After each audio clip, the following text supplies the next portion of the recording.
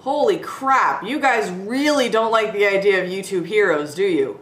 Wow. People are either really fucking angry about this, or they're just like, wait a minute, what's YouTube heroes again? YouTube heroes is kind of YouTube's response to all of this crazy bullshit that's been going on. All these flags and censorships and how dare people have a different opinion than me. Basically, YouTube heroes is something you sign up for. You do cool things like add captions to videos and maybe flag a video here and there. Oh, this is inappropriate content.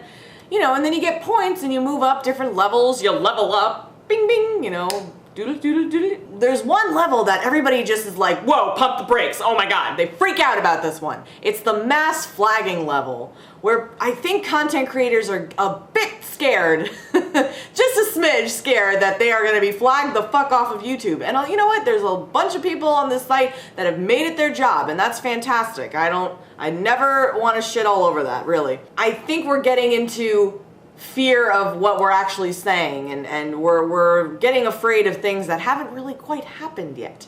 And I think my favorite person to talk about this is Philip DeFranco. I choose Philip DeFranco because I see other people in this anti-feminist crowd who I do want to talk to, but I just don't want to be labeled as an isolationist cuck queen, which I didn't know that was a thing. Cuck queen. Like the female version of a cuck is a cuck queen, guys. That's a thing.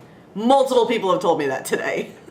You may remember, years ago, I shit all over Philip DeFranco's style in a video with Muse and the Archfiend.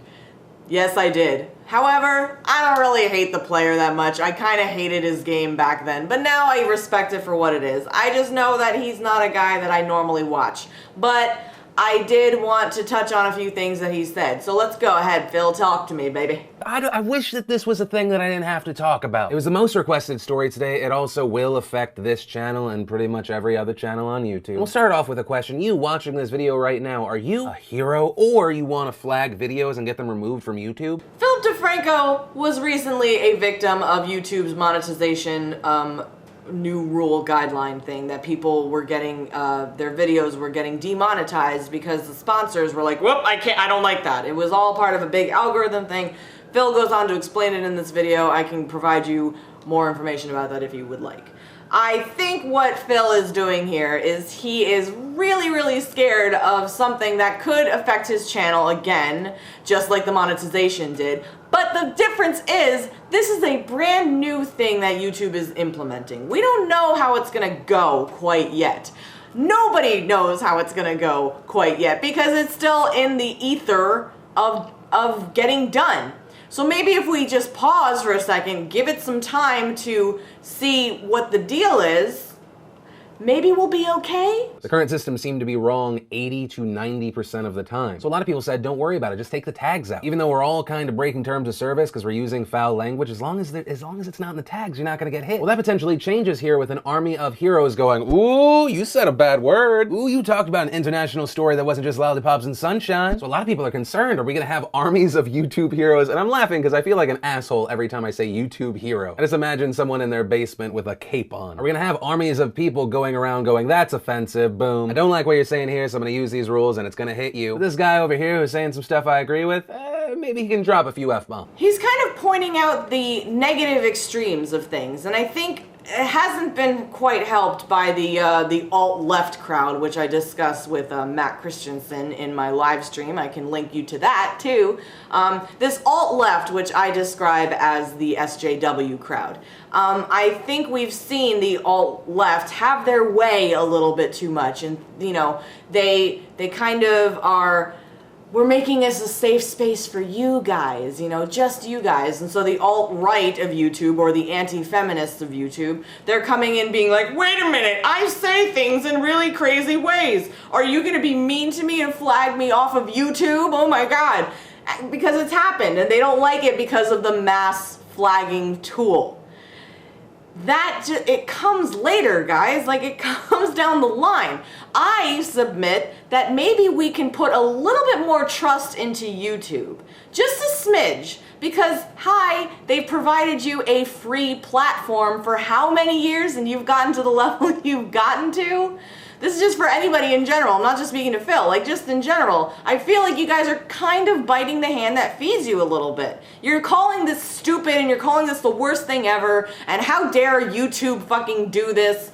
But at the same time, it's just something that hasn't, been come to fruition yet. I do believe that YouTube is in a place now where they see what is working and what's not working. And Phil solidifies that because the first tier is something that people can already do. As I showcase in the video, you gain points. At first round, adding captions and subtitles to video, which I personally think is awesome. I want to personally thank the individuals and small groups of people who have been captioning my videos for the past few months, just out of the kindness of their own heart. It's made these videos far more accessible to those who are hearing impaired but really want to know about the world around them, and the translations are far better. So people were doing that without the thought of, oh, I can get up to another tier if I keep doing this. People just do it out of the goodness of their hearts. And I feel like we gotta put a little bit more trust into, maybe not everybody's out there and they're not out there selling you some bullshit. And they're like, not everything's a guaranteed fuck up. We're being, like, Phil in this video, I feel like he was selling a bit too much certainty. Like, he knows exactly what's gonna happen if this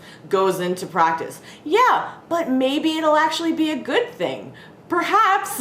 I think we're just, maybe just in general, we're all focusing on the negative extremes, the extreme negative too much. When there's a whole other side of the coin. I would say let's get to a point where we can look at the positives more. Maybe YouTube will have some kind of extreme vetting to make YouTube great again.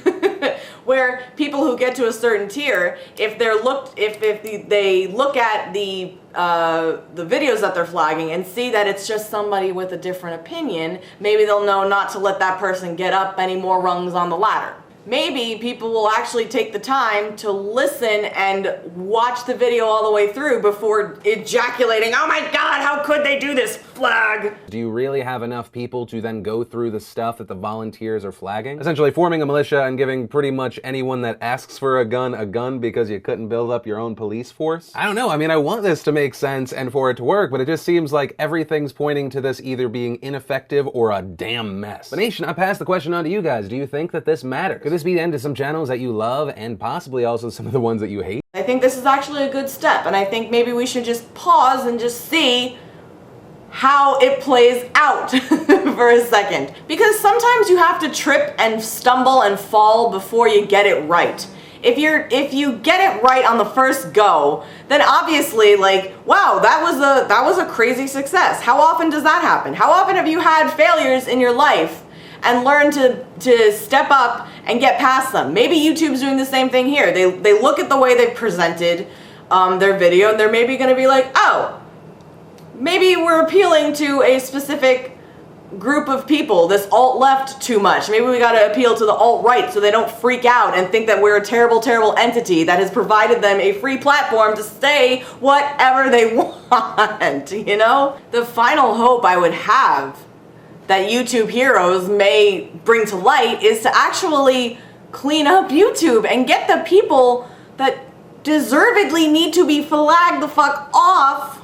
Some people who I don't need to even mention, you know what I'm talking about. Maybe they can actually get the fuck off of YouTube. People who have doxed people. People who are psychologically abusive. People who take advantage of women, who are sexist, who are racist, like actual fucking assholes who do exist on YouTube. Maybe we can actually get them the fuck off, I would say. Take them down a peg or two or three, or gas pedal them right in the dick. Anyway, I hope this made sense. I got nothing but respect for Philip DeFranco. I think he's a really cool guy, and would like to chat with him one day. I don't know, that's a pipe dream, but... So this is what I've just been doing. I've just been chilling all over YouTube and commenting on random little things here and there. I actually spoke about this very issue in a live stream I did today with Mr. Silhouette and Otterface. They have a new little radio show called Silhouette Radio. I love portmanteaus. They're my favorite thing ever. So I will link to that as well, and you can check that out if you'd like. It was a really, really fun conversation, and got some more fun things on the way for you guys. So stick around, and we'll keep kicking ass. And thank you very much for watching, and take care, bitches. Hi, Draco, I said in a depressed voice. "Hi, Ebony," he said back.